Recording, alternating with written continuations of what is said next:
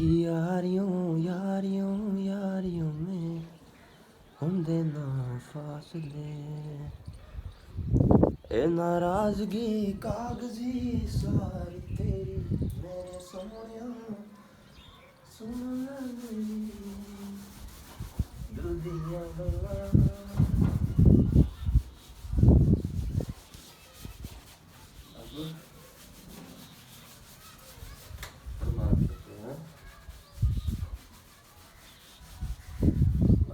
Something brand new today.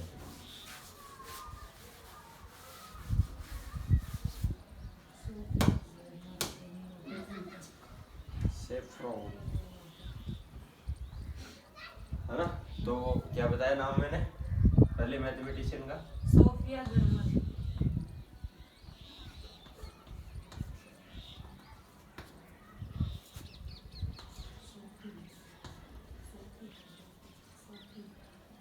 कुछ ऐसा नाम था उसका, ऐसा नाम है ना? ये मतलब ये जो चीज़ आती है वो जर्मन डायलेक्ट वगैरह में चीज़ आती है। जो भी जर्मन वगैरह या फ्रेंच वगैरह रीड करते हैं तो फ्रेंच में ये ऐसे वर्ड आते हैं कई सारे, है ना? और इस तरीके से भी कुछ आते हैं, तो इस तरीके के वर्ड आते हैं मतलब। तो ये सोफिया जर्मेन भी एक बढ़िया मैथमेटिशियन थी, और उसके बाद में फिर एमी नोथर आई, है ना?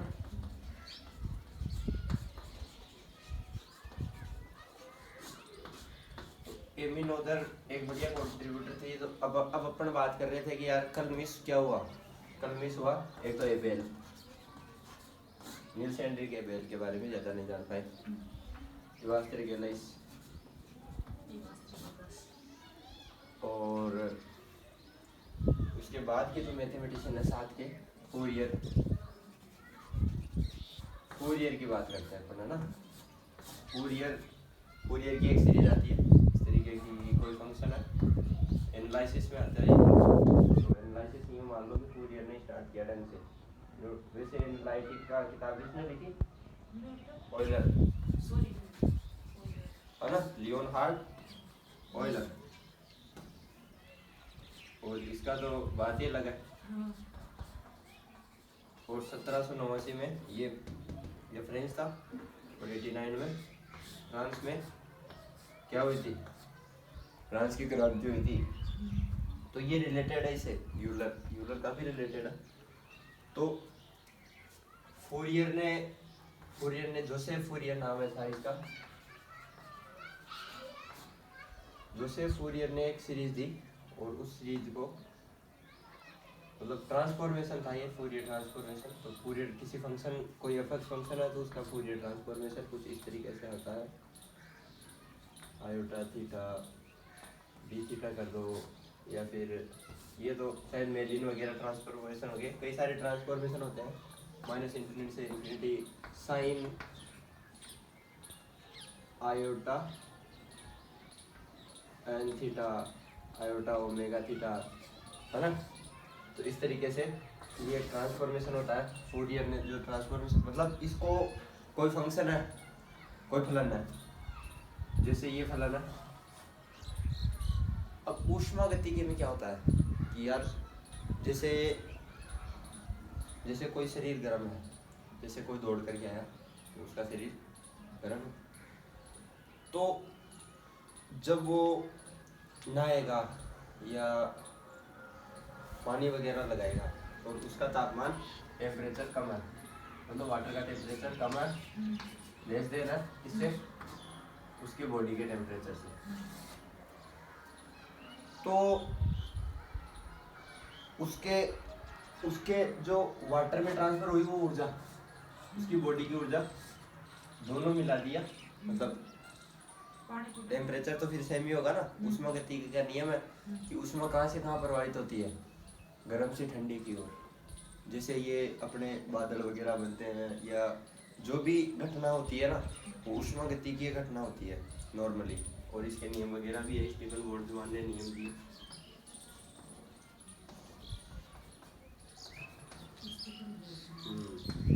ऊष्मागतिकी को अगर किसी ने ढंग से वो किया ना रीड, तो वो स्टीफन बोल्ट्जमान थे। तो W मतलब ये जो टेम्परेचर इक्वलिटी आई भाई, अब फिर बाद में क्या होगा जब वो नहाएगा तो बॉडी का टेम्परेचर और वाटर का टेम्परेचर समान हो जाएगा, है ना, लगभग समान के बराबर हो जाएगा भाई। पानी शरीर के ऊपर लगाया तो आपको यूँ ऐसा, जैसे सर्दियों के दिनों में क्या होता है, वाटर का टेम्परेचर बहुत कम होता है, बहुत कम होता है। तो पानी शरीर के ऊपर गिराते ही मतलब शरीर के अंदर से यूँ भाप निकलने लगे, वाष्पीकरण होता है पानी का। वाष्पीकरण कहाँ से हो रहा है, पानी अपने शरीर का गर्मी ज़्यादा है और पानी बहुत ज़्यादा ठंडा है, तो पानी का वाष्पीकरण होने लग जाता है और वो अपने शरीर से उड़ने लग जाता है और टेम्परेचर लो कर देता है शरीर का। इसलिए नहाने से सिस्टम सही चलने लग जाता है अपना, मतलब एकदम बढ़िया नेचुरल हो जाता है मामला। तो एमिन अगर इन जो ये जो फूरियर वगैरह था, तो फूरियर जोसेफ फूरियर की बात कर रहे थे अपन, तो जोसेफ फूरियर ने ये जो ट्रांसफॉर्मेशन दिया वो हीट ट्रांसफॉर्मेशन में काम आता है। हीट इक्वेशन आती है, ऊष्मीय है ना, ऊष्मागतिकी की समीकरण आती है, और एक लाप्लास इक्वेशन आती है। लाप्लास का नाम बताया था ना कल, हाँ, लाप्लास ट्रांसफॉर्मेशन भी आता है। लाप्लास भी फूरियर से थोड़ा फूरियर के आसपास का है, एक मैथमेटिशियन लाप्लास भी है। तो लाप्लास है, लीजेंड्रे है, एंड्री लीजेंड्रे,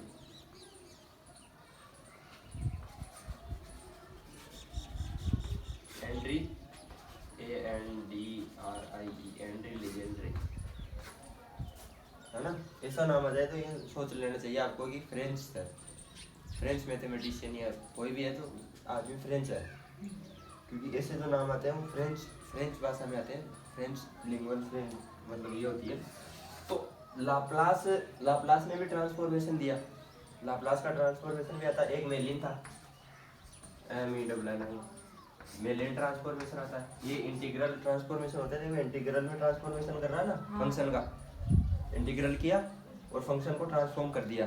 ट्रांसफॉर्मेशन में क्या हुआ कि ये हीट जो ट्रांसफर हुई ना, ये जो फंक्शन है इसको किसी दूसरी भाषा में ऐसे न लिखकर अपन उल्टा कर दिया है, तो ट्रांसफॉर्मेशन ही इस फंक्शन को इधर चेंज कर दिया।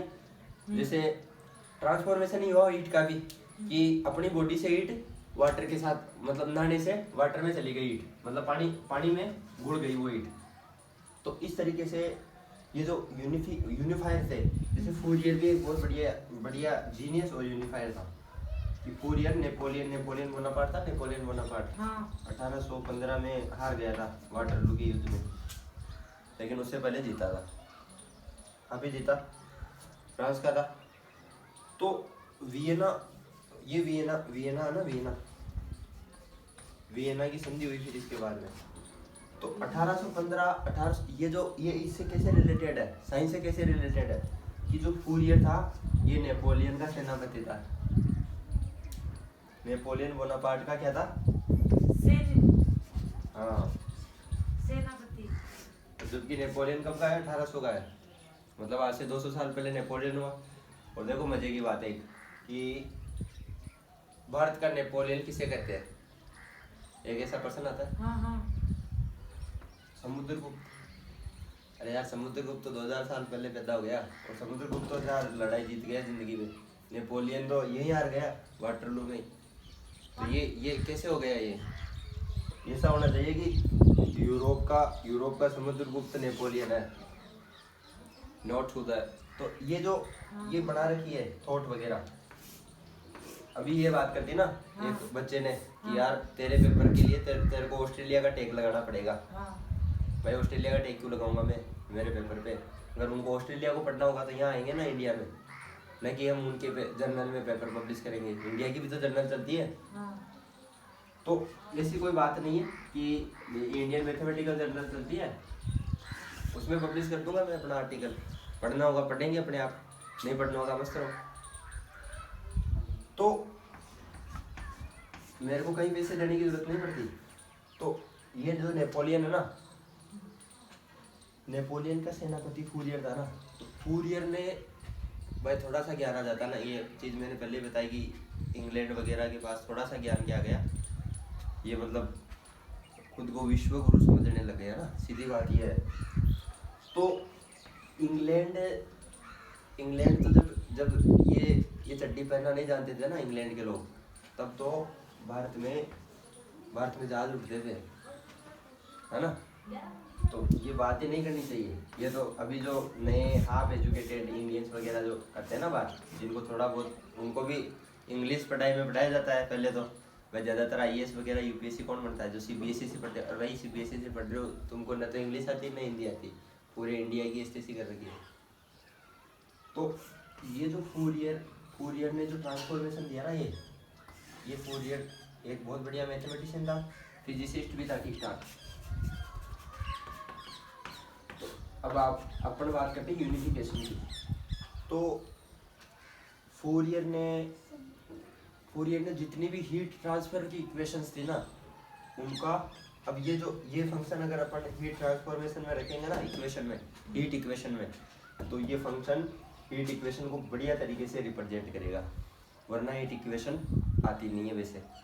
भाई हीट में क्या होता है, हीट ट्रांसफर हो रही है तो ऑसिलेशंस होंगे, है ना, आवर्ती फलन। और ये आवर्ती फलन दिख रहा है क्या, साइन थीटा जहाँ जाता है वहाँ आवर्ती हो जाती है। ये चीज़ बताई मैंने। भाई साइन थीटा कैसे चलता है, साइन का ग्राफ इस तरीके से चलता है, तो ये आवर्ती फलन तो हो गया। तो इस तरीके से ये जो लाप्लास ने भी एक समीकरण दी, लाप्लास की इक्वेशन है, वो भी कई जगह काम में आती है। जैसे कि लाप्लास की इक्वेशन कहाँ काम में आती है, लाप्लास ने एक थ्योरी डेवलप की थी इंटीग्रल ट्रांसफॉर्मेशंस की, जिनमें भाई फूरियर ने तो एक एग्जांपल दिया। फूरियर ट्रांसफॉर्मेशन तो केवल हार्मोनिक के लिए काम में आता है ज़्यादातर, और कुछ खास काम में नहीं आता। लेकिन जब डिस्क्रीट ट्रांसफॉर्मेशन वगैरह हो या पाथ इंटीग्रल वगैरह हो तो क्या चीज़ काम में आएगी, तो आएगा लाप्लास ट्रांसफॉर्मेशन। एक लॉरेंस ट्रांसफॉर्मेशन भी आता है, हेनरिक लॉरेंस भी था। ये आइंस्टीन की वजह से फेमस है ना। आइंस्टीन ने इसका एक ट्रांसफॉर्मेशन काम में लिया और ये लॉरेंस फेमस हो गया दुनिया में, इसकी भी फेम हो गई। तो ये जो इस तरीके से जो जैसे फूरियर ने, अब फूरियर भाई नेपोलियन का सेनापति था, तो दम्भी था। तो अपनी गणित चलाने के लिए इन्होंने क्या किया, सेना का वो लिया ना, जैसे अरिस्टोटल की बात है, भाई अरस्तु को दुनिया में अपनी चीज़ें चलानी थी, सीधी बात। तो अरस्तु ने क्या किया, अरस्तु ने सिकंदर को बनाया। सिकंदर किसने बनाया, सिकंदर का गुरु कौन था, सिकंदर ने कहाँ से सिकंदरी सीखी, अरस्तु से सीखी ना, अरिस्टोटल से। अरस्तु उसका प्रॉपर ट्यूटर था, यूँ मान लो। चंद्रगुप्त भाई एक गरीब किसान का बेटा था। चंद्रगुप्त मौर्य राजा कहाँ से बन गया, चाणक्य को अपना सिक्का चलाना था, सीधी बात यह है। और चलता नहीं चलता, चाणक्य की गणित चलती नहीं चलती। तो ये जरूरी होता है ये चीजें, जैसे जो सत्ता में है ना। जबकि अरस्तु से ज्यादा ज्ञान मैंने पहले बता दिया कि प्लेटो वगैरह में, सोक्रेट्स में, इनमें था। लेकिन ये क्यों नहीं चले, क्योंकि इनके पास सिकंदर नहीं था, है ना। तो ये बात होती है। जैसे आर्यों की गणित भारत में क्यों चल रही है, क्योंकि राजा भी आर्य ही हुए, है ना। उन्होंने अपने राजा बनाए और अपनी संस्कृति की छाप छोड़ के नहीं, अपनी संस्कृति को छाप दिया, उसकी छाप चला रहे हैं। मतलब अपनी संस्कृति को छापा भी किसको, भाई अपने तो ज्ञानी है, पूरे ज्ञानी है, सभी के पास ज्ञान है, बहुत ज़्यादा ज्ञान है, लेकिन काम कुछ नहीं करते। तो ज्ञान सबके पास है, भारत में तो एक से बढ़कर एक मिलेगा आपको, लेकिन सीधी बात है, नष्ट हो रहा है सिस्टम, है ना। चाहे कितना ही ज्ञान हो तुम्हें, ये मामला गलत, रॉन्ग साइड में चल रहा है भाई, कोई रॉन्ग नंबर लगा रहा है। तो ये जो यूनिफायर थे, अपन तो यूनिफिकेशन की बात कर रहे हैं। तो Laplace, Fourier, Legendre, Andrie Legendre क्या था? एंड्री लीजेंड्रे भी एक बहुत बढ़िया मैथमेटिशियन था जिसने नंबर थ्योरी वगैरह में, नंबर थ्योरी में एक चीज़ आती है। चीज़ क्या आती है भाई? मैथमेटिक्स में नंबर थ्योरी आती है। किसने बढ़ाई? कल बताई थी, पता? किसने बढ़ाई नंबर थ्योरी? स्टार्ट किसने किया? लियोनार्डो ऑयलर ने। कहा था कल कि यार नंबर थ्योरी पे रामानुजन वगैरह ने, रामानुजन ने बहुत ज़्यादा एडवांसमेंट कर दिया नंबर थ्योरी में। तो नंबर थ्योरी में एक फंक्शन आता है पाई एक्स। वो फंक्शन इस तरीके से आता है,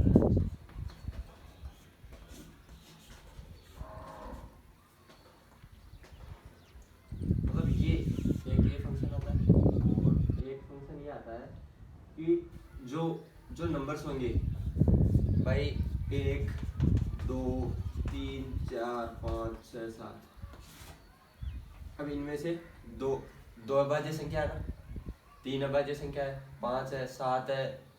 अब ऐसे 2 लाख तक कितनी अभाज्य संख्या होगी भाई? बताओ। मुश्किल है ना गिनना। तो इसके लिए अपने को क्या करना पड़ेगा? अपने को कुछ नहीं करना पड़ेगा। 2 लाख में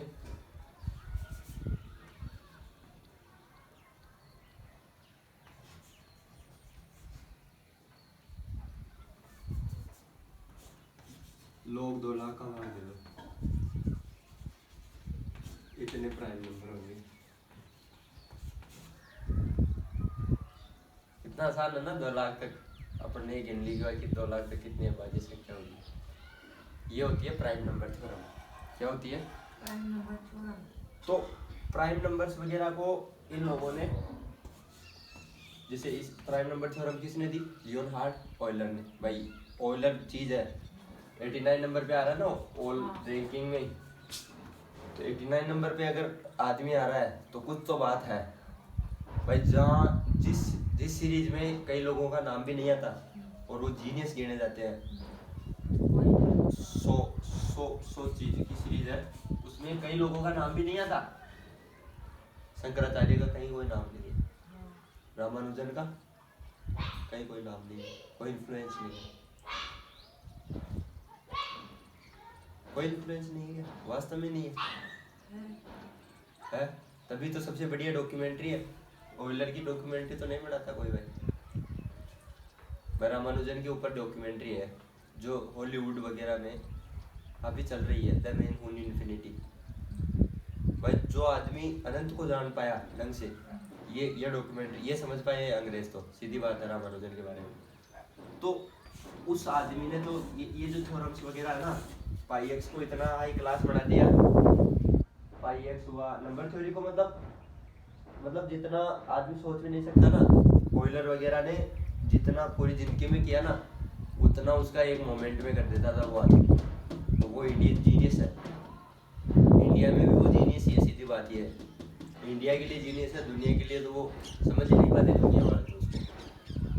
तो ये जो बात कर रहे हैं ना फिलहाल, ये जो चल रहा है, ये भारत में अर्ध शिक्षा का नतीजा है शायद मेरे हिसाब से। यार जो भारत में थोड़ी बहुत शिक्षा पाली और जो कुछ करना चाहता है उसको इरिटेट कर दिया जाता है। इरिटेट मतलब जैसे मैं ही हूँ, वो तो मेरी बात अलग है, लेकिन जैसे मेरी तरह कोई बंदा है, लेकिन वो लड़ नहीं सकता। वो भाई यार वो मैथमेटिशियन है, वो क्यों लड़ेगा? वो मैथमेटिक्स से कमाएगा ना जिंदगी में। वो लड़ नहीं सकता तो फिर वो नहीं चलेगा भाई भारत में। उसकी मैथमेटिक्स चलेगी नहीं भारत में। क्यों नहीं चलेगी? क्योंकि उसके पास दुनिया से लड़ने की ताकत नहीं है। सीधी बात यह है कि जो दुनिया से लड़ता है ना, जैसे अरस्तु को गणित चलानी थी तो सिकंदर को लड़ाया, है ना? तो सिकंदर को लड़ाया, तभी अरस्तु की गणित चल रही है अभी भाई। बायोलॉजी का जनक कौन? अरस्तु। वास्तव में क्या बायोलॉजी का जनक ही? अरस्तु तो 2,000 साल पहले पैदा हुआ है। उससे पहले बायोलॉजी चला रहे हैं यहाँ पे भारत में, और ऑपरेशन फिर करते थे। तो वो जनक है क्या बायोलॉजी का? सात चरक छोड़ी। है ना, चरक सुश्रुत क्या थे फिर, मजाक थे भाई। उन्होंने जो अब समझ में आ रहा है अपने आप ही, अब धीरे धीरे अपने आप समझ में आ रहा है इंग्लिश पीपल्स के भी कि यार अपने पुरखों ने किया तो गलती, चाहे कुछ भी किया हो दुनिया में, गलती किया। उनके बच्चों को समझ में आ रहा है, अब उनके बच्चे उनको गाली निकाल रहे हैं। तुम तो सुश्रुत के हो ना, तो सुश्रुत को तो गाली नहीं निकालोगे तुम। भाई कुछ नहीं किया सुश्रुत ने, या अपने पुरखों ने कुछ नहीं किया, तुम कुछ नहीं कर रहे। पुरखे तो बहुत कुछ करके गए थे, तुम वो आलसी। तो इस तरीके से यूनिफिकेशन चलता रहता है, और मैथमेटिशियंस भी कई सारे पनपते भी है दुनिया में, कई आते हैं मैथमेटिशियंस, और काफ़ी चेंज भी कर जाते हैं। जैसे रेने डेकार्ट ने काफ़ी चेंज किया भाई। आज अपने इंडिया के कोई हाई क्लास अखबार कौन सा है? दैनिक भास्कर, है ना। दैनिक भास्कर इंडिया में काफ़ी चलता है, या हिंदुस्तान टाइम्स वगैरह, जो भी टाइम्स वगैरह है, times of India, economics times, English में अगर देखें तो उन अखबारों में जो विचार आते हैं वो किन लोगों के आते हैं? Karl Marx. नीचे लिखा आता है भाई, कोई चीज़ बता दी, कार्ल मार्क्स। बुद्धि को समय के विपरीत चलाना किसी जिद से कम नहीं है, ऐसा कुछ बोल दिया, है ना। रुको भाई, ऐसा कुछ बोल दिया, कोई कोटेशन लिख दिया, क्योंकि उनको उतना ही पता है भाई, बुद्धि को समय के विपरीत चलाओगे तो नुकसान होगा, है ना भाई। मेरी बुद्धि है, मेरा दिमाग है, ये सब जगह यूनिफायर काम करती है ये चीज़ें बेसिकली, कि यार मेरा माइंड है, तो अगर बुद्धि के विपरीत चलाऊंगा मैं माइंड को, मतलब समय चल रहा है कि यार न्यू जनरेशन चल रही है, जैसे बात है अभी कि जनरेशन चल रही है, और मतलब पूरा इंडिया में भी ज़्यादातर भाई कौन पहनता है ये? कोई नहीं पहनता। बंडी पहनता है कोई 19 साल का लड़का? नहीं पहनता ना। तो वो टी शर्ट पहनते हैं भाई, उनको ये पता नहीं कि यार बंडी से टी शर्ट बनी, है ना। तो मतलब जो अगर मैं ये जिद है मेरी, ये जिद्दी हो गई, ये कपड़ा पहनना आज की जनरेशन के लिए जिद है। जिद क्या है कि यार अगर तुम समय के विपरीत जा रहे हो तो बहुत बड़े जिद्दी हो, यूँ मान लो। और 1 or 100 high class people told me you have the passion to publish yourself more than 100 times more than sir Isaac Newton. ये बात कही हुई है मेरे को लोगों ने, मेरे प्रोफेसर ने ये बात कही मेरे को, एक बूढ़े प्रोफेसर ने, कि यार तेरे अंदर न्यूटन से 1000 गुना ज़्यादा जिद है। न्यूटन के पास जिद थी, तब न्यूटन आज इन्फ्लुएंशियल पीपल की लिस्ट में 2 नंबर है। 2 नंबर पर आता है। हाँ 2 नंबर पे आता ना। अब गणित चलानी है तो मैं भी कोई किंग जोंग उन में फिर, है ना। तो ये जो यूनिफिकेशन वगैरह के में जो गणित चलती है ना, अब यार गणित तो सीधी बात है, न्यूटन ने खोजी तो लाइबनिज ने भी कैलकुलस को खोजा ना। लाइबनिज ने भी तो खोजा, लेकिन लाइबनिज क्यों नहीं चला? क्योंकि लाइबनिज के पास विक्टोरिया नहीं थी। क्वीन विक्टोरिया नहीं, न्यूटन के पास थी, तो न्यूटन की मैच चलती है आज। ये बात ये है जो दब जाते हैं, जैसे पाणिनि की बात करें अपन भाई, संस्कृत की व्याकरण किसने लिखी? The first literature of Sanskrit had been written by Panini. भाई पाणिनि से पहले काफ़ी लिख चुके थे लोग। पतंजलि ने योग नहीं लिखा था, योग पहले लिख चुके, कपिल मुनि वगैरह, हिरण्यगर्भ। लेकिन पतंजलि फेमस क्यों है? क्योंकि पतंजलि के पास बढ़िया राजा था भाई। जो राजा है उसकी तो चलेगी भाई, कोई राजा है, सीधी बात ही है। तो वो कह दिया भाई, ओए किताब हटाओ, इसकी चलाओ। जैसे अभी भी जैसे अपने अपने एक दल है, देखो मजे की बात, ये चीज वर्तमान में इम्प्लीकेशन में आ रही नहीं आ रही। जैसे दो दल है बेसिकली इंडिया में, हाई क्लास दल, बीजेपी और कांग्रेस। अपने अपने क्षेत्र में राजस्थान में जो दो दल चल रहे हैं, इन दो दलों में क्या होता है कि यार बीजेपी की सरकार आ गई तो बच्चों का कोर्स चेंज कर दिया, हाँ। और अब की बार कांग्रेस की आ गई तो और वापस और चेंज। तीतर आ गए, हाँ। फिर कोर्स चेंज है। हाँ। उनको ये पूछना, भाई तुम्हारे बाप दादाओं ने भी पढ़ा था क्या थोड़ा बहुत भी कोर्स को, या तुमने पढ़ा क्या थोड़ा बहुत? लो क्लास आठवीं पास नहीं है वो लोग जिनको तुम मुख्यमंत्री बना देते हो, एट्थ क्लास पास नहीं है वो, एट्थ क्लास। और वो आज भारत की राजनीति कर रहे हैं यार। कितना कितना गंदा समय आ गया है ना, नेगेटिव तो जा रहा ना, लेकिन अगर जिद है तो चेंज भी होता है। सीधी बात यह है, अगर किसी के पास जिद है तो वो चाहे कितना ही नेगेटिव जाओ वो पॉजिटिव में 1 सेकंड में बदल देता है। भाई नेचर से बड़ी जिद तो कौन है भाई? नेचर की जिद तो तुम हो कि तुमको पैदा कर दिया, नर्चरिंग पावर है इसमें इतनी, तो इसके पास जिद है तो ये तो एक बार सिस्टम गड़बड़ हुई और मान लो थोड़ी सी प्लेट खिसक गई, भाई ये जो नुकसान कर रहे हैं आसपास में, आसपास में पूरे राजस्थान में कर रहे हैं ना, रावली जितनी भी है ना, रावली के आसपास ये यही दुकानें हैं, सब जगह देख लो भाई, ये थोड़ी सी खिसक गई, इसको तो कुछ फर्क नहीं पड़ेगा, लेकिन तुम्हारे महल ढह जाएंगे भैया, है ना। समाप्ति करके जाती है सिस्टम। तो यूनिफिकेशन सबसे बड़ी यूनिफायर कौन? नेचर, है ना। उससे बड़ा यूनिफायर कोई नहीं है। ये फूरियर वगैरह देख लो, पैदा हो गए चले गए, तेरे को याद है क्या कौन है फूरियर? तो किसी को पता नहीं है, थोड़ा बहुत जो पता करना चाहता है उसको पता रहता है। और जैसे ये है, अब भाई आज के 50 साल बाद में कौन याद रखेगा कि कोई मुख्यमंत्री हुआ करता था ऐसा? No one. जबकि अगर मेरी समीकरण, अब देखो फूरियर कैसे याद रखा जा रहा है यार, उसकी समीकरण चल रही है तो फूरियर याद है। तो अगर मेरी समीकरण चलेगी तो मैं 1000-2000 सालों तक याद किया जाऊंगा अपने आप ही। कोई याद नहीं रखता, ऐसे ये रह जाते हैं कीड़े, है ना। तो ये है लॉन्ग टर्म यूनिफिकेशन की बात करें तो मैथमेटिक्स दुनिया को चेंज कर रही है। तो मैथमेटिक्स केवल इन्होंने नहीं दी, ये अपन पाश्चात्य मैथमेटिक्स की बात की है थोड़ी बहुत।